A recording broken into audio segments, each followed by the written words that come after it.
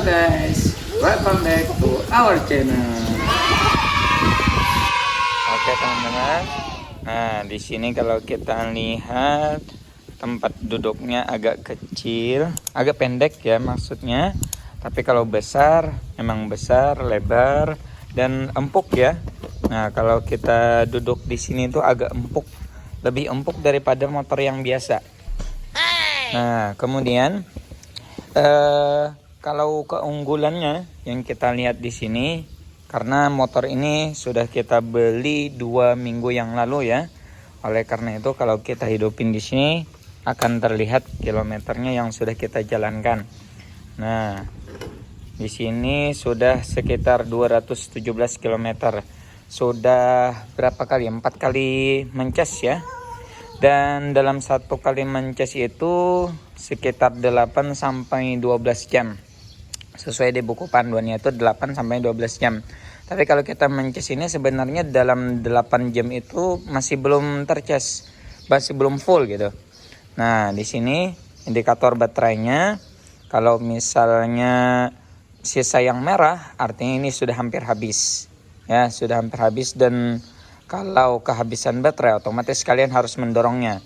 Oh, no. Nah, kemudian kalau di sini 3 hijaunya berarti ini full. Tapi kalau misalnya kurang 1, kalau full, kalau sudah di cas full itu sekitar 50 km. Hampir 50 km itu baru kurang 1. Bahkan untuk yang kurang yang kedua ini tidak bisa ditebak nih.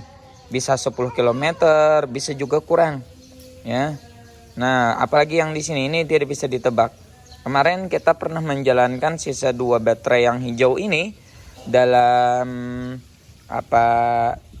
itu tujuannya itu hanya sekitar 7 km itu sudah ke yang merah. Nah, tapi untungnya kita sudah sampai di tujuan sehingga kita tidak sampai kehabisan di tengah jalan. Nah, kalau kita baru pertama kali menghidupinnya, nah di sini ada terlihat semuanya di layar. Nah, ini ada tanda P ya. Tulisan P ini menunjukkan parkir. Artinya ini sedang mode parkir. Nah, kemudian yang di bawah ini adalah indikator perjalanan kita pada saat kita baru menghidupinnya. Kalau kita ingin mau menjalankan, cukup ditarik tuas rem. Nah, ini sudah bisa, kalau kita gas ini akan jalan. Nah, kemudian di sini juga bisa mau tuas yang kiri atau yang kanan itu juga bisa. Nah, teman-teman, setelah kita sudah menarik tuas yang kiri atau yang kanan, tuas rem, maka ini sudah bisa dijalankan. Namun sebelum kita menjalankannya, kita akan jelaskan dulu. Nah, di sini ini ada lampunya. Dan di sini mau lampu yang sedang ya, lampu sen yang di sini atau misalnya yang di sini. Nah, ini letaknya di atas. Kalau kita mau mengatur kecepatannya, kalau di motor bebek, nah itu biasanya ada giginya kan. Nah, di sini ada gigi 1. Nih, kalian bisa lihat di sini. Gigi 1, ini gigi 1. Kalau gigi 1 ini maksimalnya sekitar 30 km ya, 30 km per jam. Kalau gigi 2 itu sekitar 40 km per jam. Nah, kalau gigi 3 itu sekitar 50-an ya. Nah, tapi teman-teman, kalau misalnya mau mengupgrade-nya sampai 100, nah itu ada bisa di-upgrade sampai 100 km per jam. Tapi sesuai dengan kecepatan yang diperlukan, otomatis baterai juga akan cepat habis. Nah, itu kalau di Banjarmasin ada di Cemara ya. Kalau di Banjarmasin itu ada di Cemara, lokasinya tepatnya ada di Kayotangi. Nah, teman-teman, tadi kalau kita sudah menarik tuasnya, otomatis ini kan sudah bisa dijalankan. Tapi kalau kita nanti tidak mengembalikannya ke mode parkir, maka otomatis ini kalau misalnya anak kita naik, ini akan tergas. Nah, contohnya, nah seperti itu akan menggas. Untuk lebih amannya, ketika berhenti tekan ini. Nah, bisa ditekan yang ini. maka dia akan berubah ke mode parkir. Walaupun kita gas, dia tidak akan bisa loncat, tidak akan bisa jalan. Ya. Nah, ini kita hidupin lagi, bisa lagi. Di sini mode parkir lagi. Ya. Nah, teman-teman, kemudian di sini juga ada lampu sennya ya. Lampu jarak dekat dan jauhnya ya. Nah, ini lampu jarak apa? Coba kita cek. Ini lampu apa? Jauhnya, ini dekatnya. Nah, kalau malam akan ketahuan. Ya. Kalau kami perhatikan itu bisa lebih terang dibandingkan motor yang biasa. Nah, kemudian di sini juga ada lampu sen. Ya, ada lampu sennya kanan dan kiri. Ya. Sen kanan dan ini sen yang kiri. Nah, terlihat di sini ya. Ya. Kalau kita matikannya tinggal ditekan aja. Nah, di sini juga ada klakson ya. Nah, lumayan nyaring. Nah, lumayan nyaring ya. Nah, teman-teman, di sini ada mode R. Ini mundur ya, mundur. Nah, mundur. Kalau ini sudah kita siap nih. Kalau sudah siap seperti ini tadi, maka kita tinggal mundur. Kalau ini kita tekan harus barengan. Tekan tombol R sama gas ya, gas. Maka dia akan mundur. Nah, dia akan mundur. Mundurnya juga lumayan kencang. Nah, jadi teman-teman, saya akan kasih tips bagaimana caranya supaya tidak ngedet ya. Apa itu agak apa? Kalau bahasa orang Banjar itu bakacut-kacut. Nah, ya. Nah, jadi kita harus lihat ini di indikator sini. Kalau di sini ada tanda merah seperti ini, nih, coba kalian lihat di sini. Nah, kalau ada tanda seru seperti ini, langsung kita gas, ini akan loncat. Nah, tapi kalau ketika dia ready, ini kita gas, dia akan lebih lembut. Nah. Apa coba pukulin?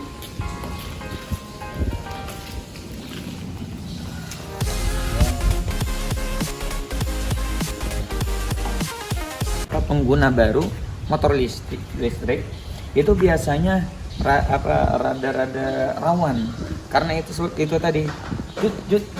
Nah, dia mendadak, jalannya mendadak. Kalau tidak siap, yang di belakang bisa jungkir balik.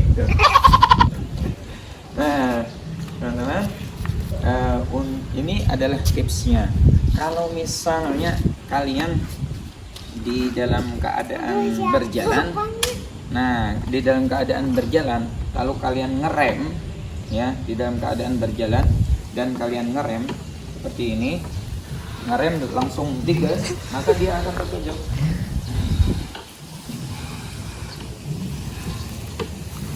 Ini biasanya yang dilakukan oleh pengguna baru.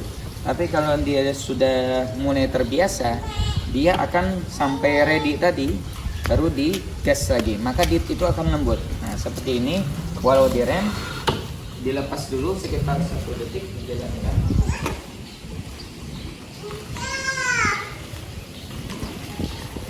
Maka dia akan berjalan lembut, ya.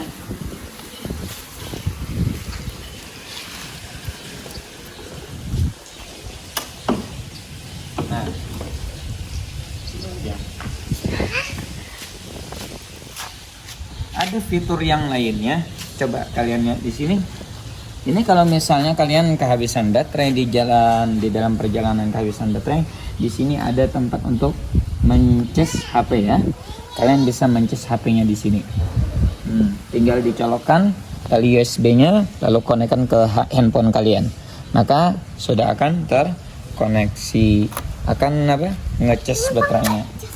Nah, kemudian juga kalau di depan di sini ada bagian bagasinya, box depan. Nah, kalian bisa lihat di sini. Kalian bisa lihat di sini box depan. Nah, ada yang kosong, bisa kalian menyimpan handphonenya di sini ketika dalam perjalanan. agak susah, misalnya agak ribet, misalnya untuk memasukkan ke dalam tas atau ke dalam kantong, bisa di sini. Tapi memang harus agak kekurangannya di sini, memang harus harus dibuka dulu dengan kuncinya. Nah, memang untuk keamanan juga sih. Nah, kalau misalnya tidak ada kuncinya agak berbahaya juga kalau kita tinggalkan. Karena kemarin kita dulu pernah kan meletakkan handphone yang di box depan, ternyata bisa hilang. Nah, teman-teman, kalau kita melihat bagian boxnya, nah ini ada charger ya, charger motor listriknya seperti ini. Ini kalau kita lihat teman-teman, sekitar 230 watt. Nah, kalau kita mencas nih, berapa sih biayanya kalau dibandingkan dengan bensin? Kalau kita bandingkan dengan bensin, 1 liternya ya, bensin untuk pertalite itu sekitar 10.000. Kalau pertamax kan sekitar 14.200 ya. Nah, kalau ini agak uniknya gini. Kalau kita mencas itu sekitar anggap 5 sampai 6 jam, anggap 10 jam ya. Anggap 10 jam. Itu kalau kita hitung-hitung kan, kalau 5 jam kemarin itu ada yang buat keterangan kalau ngecasnya 5 sampai 6 jam itu biaya yang harus dikeluarkan listriknya itu sekitar 1.400 ya. Nah, sekitar 1.400. Nah, kalau kita hitung 2 kali lipat aja berarti sekitar 2.800. Kalau 1 kali cas, kami biasanya menggunakan ini untuk keliling-keliling kota sini ya, di kota Banjarmasin. Itu paling ngecas full itu bisa dipakai 2 sampai 3 hari ya. 3 hari biasanya kami ngecas. Ya, paling cepat kalau kami terlalu banyak jalan-jalan itu sekitar 2 hari 1 kali cas. Kalau 2 hari kalau dalam 1 bulan berarti ada 15 kali cas. 15 dikali 28 ya, 2.800. Nah, hitung aja sendiri. Nanti akan kita akumulasikan di keterangan berikut. Oke teman-teman, kalau misalnya kalian mau mencuci motornya karena sudah kelamaan sering dipakai, apalagi setelah habis hujan, kalian tidak perlu khawatir, dan kalian harus memperhatikan hal ini. Nah, pertama kalian harus buka boxnya. Nah, kemudian kalian harus mematikan saklar yang ada di dalam untuk keamanan ketika mencuci ya. Dimatikan dulu, baru setelah itu kalian mencuci motor listrik kalian. Nah, kalau sudah agak mengering, nah maka baru dihidupkan dan kalian dapat untuk menjalankannya, menjalankan berikutnya. Nah, kalau kalian mau mencas, di sini ada konektornya. Nah, yaitu ada di sini ya. Nah, kalian bisa lihat di sini. Ini dibuka lalu dimasukkan chargernya tadi, lalu dicolokkan ya. Nah, teman-teman.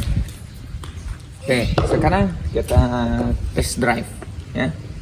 Nah, kalau di buku panduannya itu keterangannya dapat menampung beban sekitar 250 teman-teman. Di samping fiturnya yang banyak dan juga kelebihannya, ada sedikit kekurangannya juga. Bagi kami yang sudah merasakan ini sekitar 2 minggu ya.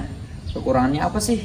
Nah, kalau kekurangannya itu yang pertama, kalau kita boncengan itu agak sulit di sini injak kakinya karena harus seperti ini. Nah, karena harus seperti ini. Maka dari itu ada aksesoris yang disiapkan ya, yang kita beli. Nah, ini kita kemarin belinya di Shopee. Ini dapatnya 200.000. Ini yang paling murah. Dan memang betul ini besi keduanya. Ya. Dikira kemarin karena mungkin murah 200, karena di toko yang lain itu sekitar 230-an, ada yang 220-an. Dan ini kami menemukannya 200. Oh, ternyata juga besi dan juga agak besar. Nah, tapi ini belum kita pasang karena kemarin kita baru beli dan juga baru sampai. Dan ini nantinya harus ditaruh di sini, dipasang di sini. Karena ini cuma ada 1, ya, ada satu tempat untuk memasangnya, sedangkan sini dua agar lebih kuat, maka di sini perlu tambahan. Ya, tidak bisa kita untuk memasangnya sendiri. Kalau bisa ke bengkel atau ke yang lebih ahli. Nah, sehingga orang yang kita bonceng pun ada pijakan yang lebih kuat sehingga lebih aman. Kemudian ada juga backrack ya, yang tambahan untuk mengganti di sini sehingga ada pagar belakang ya, penahan kalau misalnya baru belajar, baru bisa menggunakan motor listrik, yang dibonceng pun juga aman ya, tidak akan ngedat atau apa istilahnya itu berkajut-kajut ya gitu ya. Apalagi oh ya. Nah, kemudian teman-teman, kekurangannya yang berikutnya itu adalah kalau kita baru mencucinya atau misalnya kita menjalani jalan yang di genangan air, itu kadang ini bisa bunyi ya, bisa bunyi seakan-akan apa, kalau kita jalankan itu seperti ada yang bunyi. Coba ini tadi kita baru cuci, tadi setelah baru kita cuci ada bunyi. Nah, coba kalian dengarkan di sini. Iya. Oh, kalau ini sudah tidak bunyi lagi. Tadi ketika kita baru cuci ya, baru selesai nyuci itu bunyi seperti ada yang nahan gitu. Nah, kalau ini sudah lebih nyaman. Ya, karena mungkin sudah keringnya. Nah, teman-teman, terakhir, nah tadi kita mengaktifkannya pakai kunci. Nah, sekarang ternyata Uwinfly ini, Uwinfly T3 ini memiliki remote. Nah, dan di remote-nya ini kalian bisa menghidupkannya ya. Coba kita hidupkan di sini ya. Nih. Ini kalau kita tekan, nah, ini sudah dapat dihidupkan. Nah, 2 kali. Kalian harus tekannya 2 kali baru bisa hidup. Nah, kalau kalian ingin mematikannya, nah cukup ditekan yang ini, yang di atas. Ini adalah membuka kunci. Kalau ini kita beri pengaman. Nah, jadi sehingga kalau misalnya ada yang mau maling, nah ini akan bunyi. Tapi yang uniknya itu teman-teman, nah fitur yang ini ya. Nah, tombol ini kalau misalnya motornya ada yang dibawa atau ada maling yang bawa motornya, sekitar kalian tidak perlu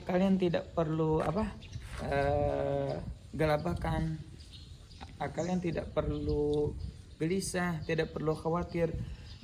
Mungkin kalau dia sudah jalan sekitar 10 meter atau 20 meter cukup tekan ini. Nah, ini tidak bisa dihidupkan lagi walaupun dia punya kuncinya. Nah, maka dari itu teman-teman, kalian kalau punya seperti ini, remote-nya lebih baik disimpan di dalam tas ya. Remote-nya lebih baik disimpan di tas, jangan digabung seperti ini, tapi harus dipisah. Nah, untuk keamanan ya. Mungkin itu saja dulu review kita kali ini. Jangan lupa untuk like, subscribe, share, and comment ya. Kalau kalian ingin bertanya silakan di chat di kolom komentar ini. Oke, bye bye.